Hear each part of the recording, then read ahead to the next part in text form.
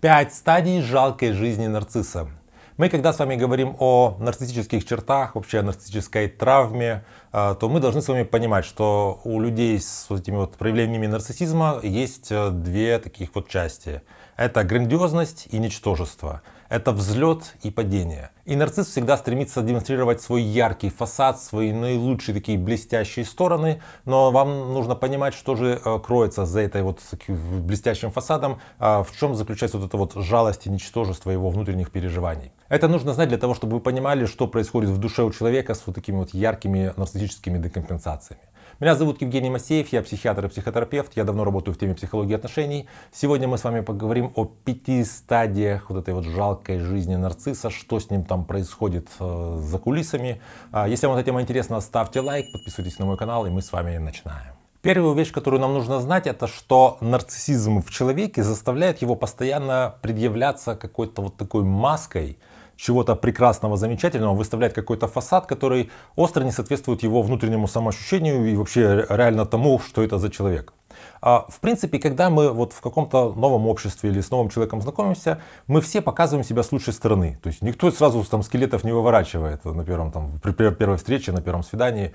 Но, как правило, мы стараемся показывать и, может быть, даже немножко подчеркивать наши какие-то реальные хорошие стороны, реальные достижения, реальные какие-то наши преимущества. Что касается нарцисса, он, как правило, предъявляется сразу чем-то уже выдуманным. Предположим, нарцисс может находиться на вечеринке и рассказывать людям о том, что он сколько-то там зарабатывает и что у него есть какие-то там высокие знакомства, он знает каких-то известных людей. При этом он находится в постоянном напряжении, потому что он боится, что сейчас его начнут расспрашивать более подробно и вскроется, что на самом деле он не может столько зарабатывать и не может знать этих людей. То есть, входя в контакт, нарцисс сразу как будто бы вынужден врать чуть больше, чтобы получить вот это вот какое-то вот, не знаю, восхищение, признание со стороны окружающих, но при этом постоянно он находится под риском вот этого разоблачения, что могут все-таки вскрыть то, что он там не является тем, кем пытается показаться. Вторая вещь, на которую мы обращаем внимание, это голод по вниманию. Нарциссу необходимо столько внимания, сколько он может получить, и он не может его усвоить. Это знаете, как вот есть собаки, которые не могут перестать есть. То есть, если у нее не забрать корм, она съест столько, сколько сможет, пока просто не обожрется там и может даже сдохнуть. То есть, нарциссу не бывает достаточно внимания. Как это может проявляться? Вот ты общаешься с человеком, он какие-то вот, рассказывает интересные вещи. Вроде бы, действительно, он тебе интересен, и ты даешь ему внимание. Но проходит там полдня, и он тебе начинает предъявлять какие-то вроде как претензии, там, прямо или косвенно, что ты меня не ценишь.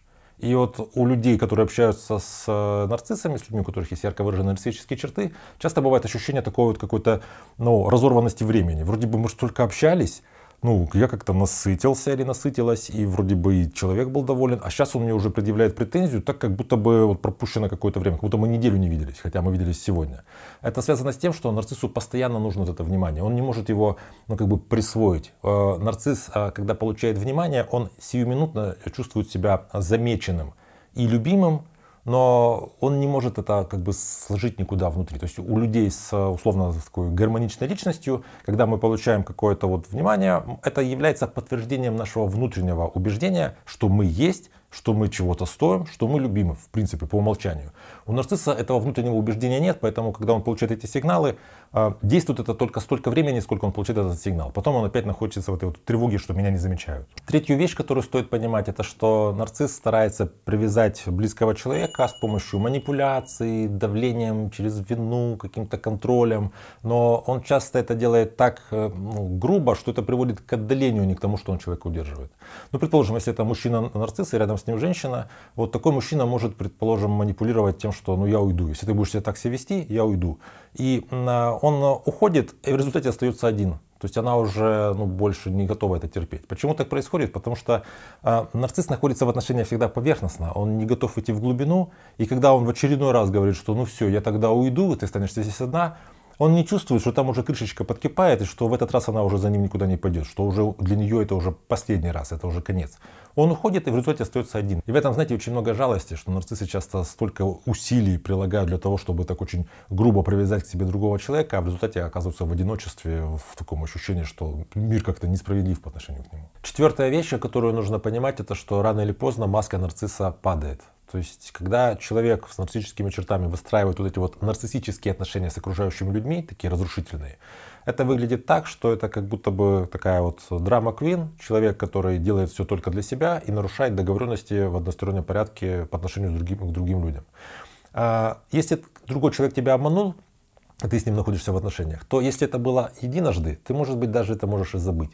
Если это было несколько раз, ну, опять же, если тебе человек важен, ты можешь как-то это простить. Но когда это происходит постоянно, со временем ты понимаешь, что этот человек постоянно врет, он постоянно не придерживается договоренностей, он постоянно делает то, что нужно ему, и не возвращает мне то, что там вот он обещал, или то, что у нас было договорено. В таком случае бывают моменты, когда вот эта маска нарцисса падает, и люди начинают от него отходить. Особенно это драматично выглядит в ситуациях, когда нарцисс вот, ну, он, скажем, переехал или поступил на какую-то, вот пришел на работу, он там завязывает отношения, вот у него есть коллеги, есть друзья, есть, скажем, там девушка, вот вроде бы как он со всеми с ними общается, и потом в какое-то одно время все люди начинают разочаровываться. То есть он был наверху вот этой такой как бы пирамиды внимания, и вот он начинает низвергаться. То есть девушка начинает как-то терять к нему интерес, друзья его сторонятся, коллеги там перестают с ним как-то взаимодействовать, не дают ему проекта. То есть он начинает падать вот со всей своей такой выстроенной, не знаю, такой вот пирамиды лживых отношений. Люди не поддерживают эти отношения, и он оказывается внизу.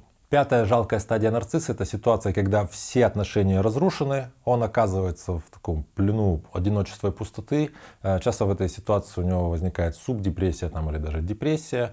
Он не имеет отношений вокруг, ему сложно получать нарциссический ресурс, никто его не поддерживает, но поскольку он все еще сам старается верить в эту свою маску, в этот свой образ, он может периодически, ну, предположим, в соцсетях постить фотографию там, где у него все хорошо, он в каком-то там вот месте.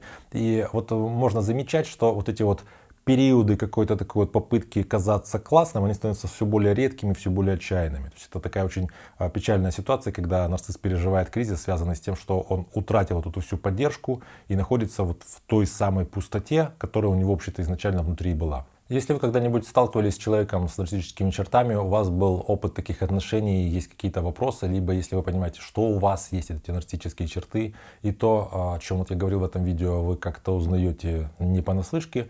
Если вы хотите с этим разобраться, можете записаться ко мне на консультацию. Под каждым видео на канале у меня есть ссылки на соцсети, пишите мне личные сообщения. Мы с вами договариваемся и работаем. Нужно помнить, что люди с нарциссическими чертами, которые этот нарциссизм осознают, вот для них прогноз терапии достаточно хороший, потому что очень важно, чтобы человек осознавал эти черты. Ситуация, если человек это не понимает, то есть когда там родственники говорят: пойди, ты нарцисс, сходи к психотерапевту, такая ситуация, как правило, смысла не имеет, потому что пока у человека нет мотивации, пока нет критики, тут движение никакое невозможно. Если вам это видео понравилось, можете ставить лайк. Если у вас появились вопросы, можете написать их в комментариях или опять же пишите мне в личные сообщения, я на них отвечу с удовольствием. Подпишитесь на мой канал, чтобы не потерять меня. Берегите себя и своих близких, и до встречи в следующих выпусках.